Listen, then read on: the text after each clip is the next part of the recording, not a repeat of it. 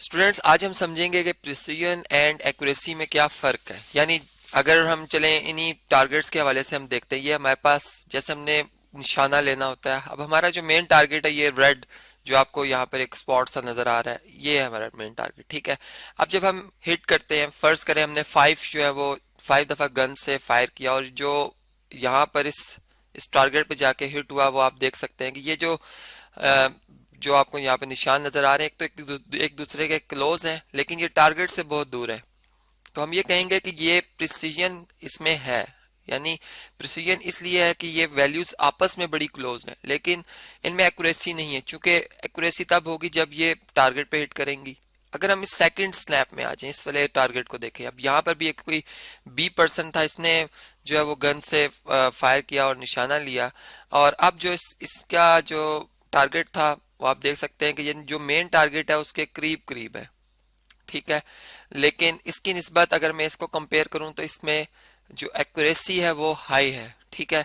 लेकिन प्रिसीजन के हवाले से अगर देखा जाए तो जो उसने टारगेट किया या जो उसने हिट किया वो डिफरेंट डिफरेंट स्पॉट्स पर, यानी उनमें आपस में फर्क है, इसके निस्बत काफी फर्क है। तो हम ये कहेंगे कि इधर लो प्रिसीजन है। इसी तरह अगर हम इस थर्ड वाले पर्सन सी को देखें, तो इस पर्सन ने जो यानी हिट किया, एक तो बिल्कुल उस टारगेट पे किया, यानी जो एक्चुअल वैल्यू हम कह सकते हैं, एक्चुअल जो हमारा जो टारगेट था वहीं पर हिट किया।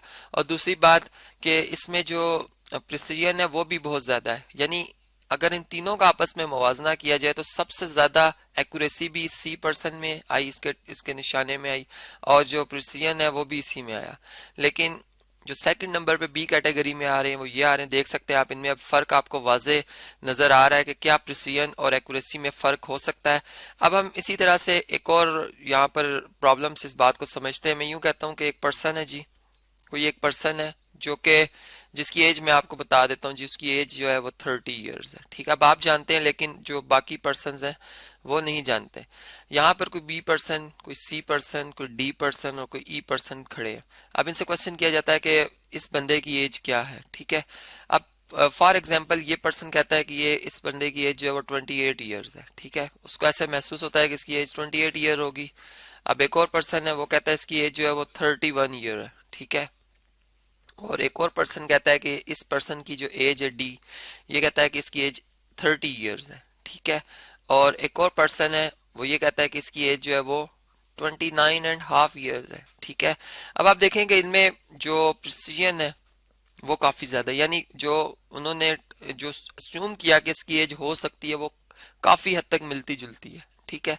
लेकिन एक्यूरेसी के हवाले से देखा जाए तो एक्यूरेसी सिर्फ एक पर्सन जो है उसने यहाँ पर शो की है, यानी 30, जो कि बिल्कुल इसके क्लोज है। बाकी जो है वो इससे दूर दूर है।